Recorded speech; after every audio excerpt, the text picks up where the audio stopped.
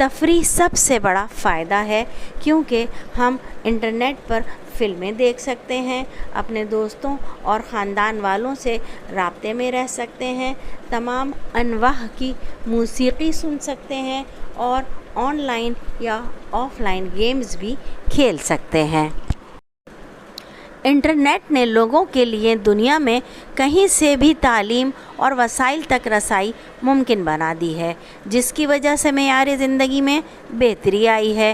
ایک اور فائدہ جو انٹرنیٹ نے ہمیں جی پی ایس سے نوازا ہے، اس کے ذریعے گوگل میپ پر کسی بھی جگہ جانے کا راستہ بآسانی معلوم کیا جا سکتا ہے۔ طبی و سائنسی معلومات، شریعت کے احکام و مسائل اور قرآن و حدیث کو سمعی و بصری شکل میں حاصل کر سکتے ہیں۔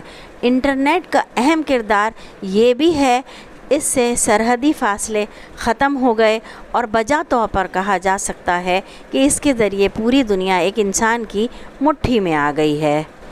انٹرنیٹ استعمال کرنے کے بعد ایسا لگتا ہے کہ دنیا بہت چھوٹی ہو گئی ہے۔ اب انٹرنیٹ کے ذریعے آپ کو اپنے بینک اکاؤنٹ تک رسائی حاصل ہے اور آپ اپنا بیلنس دیکھ سکتے ہیں، آن لائن ادائیگیاں اور لین دین کر سکتے ہیں۔ آپ آن لائن خریداری بھی کر سکتے ہیں، جو کہ دکان پر جانے سے کہیں زیادہ آسان ہے۔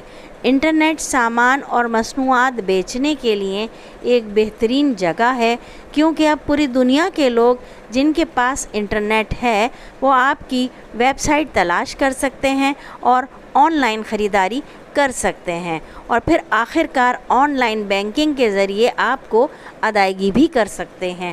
ایک اور بہت بڑا فائدہ یہ ہے کہ آپ گھر سے کام کر سکتے ہیں اور عالمی افرادی قوت تک رسائی حاصل کر سکتے ہیں۔ اس سے آپ پوری دنیا کے لوگوں کے ساتھ تعاون کر سکتے ہیں اور اپنے خیالات کا تبادلہ بھی کر سکتے ہیں۔ ہر سکے کے ہمیشہ دو رخ ہوتے ہیں اور سکے کا دوسرا رخ کافی خراب ہے۔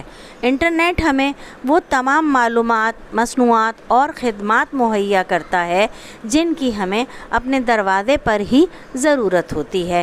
اسی وقت یہ ہمیں باہر کی دنیا سے دور کر رہا ہے، جیسا کہ ہم ہر چیز کو آن لائن آرڈر کرنے کے عادی ہو گئے ہیں، خواہ وہ کھانے پینے کی چیزیں ہوں، اشیاء خورد و نوش ہوں، حتیٰ کہ بل کی ادائیگی بھی اب ہم گھر بیٹھے ہی کر دیتے ہیں۔ لوگوں کا گھر سے باہر نکلنا بھی کم ہو گیا ہے۔ صحت کے مسائل کے علاوہ یہ مختلف ذہنی مسائل کا بھی سبب بن سکتا ہے، جیسا کہ ڈپریشن۔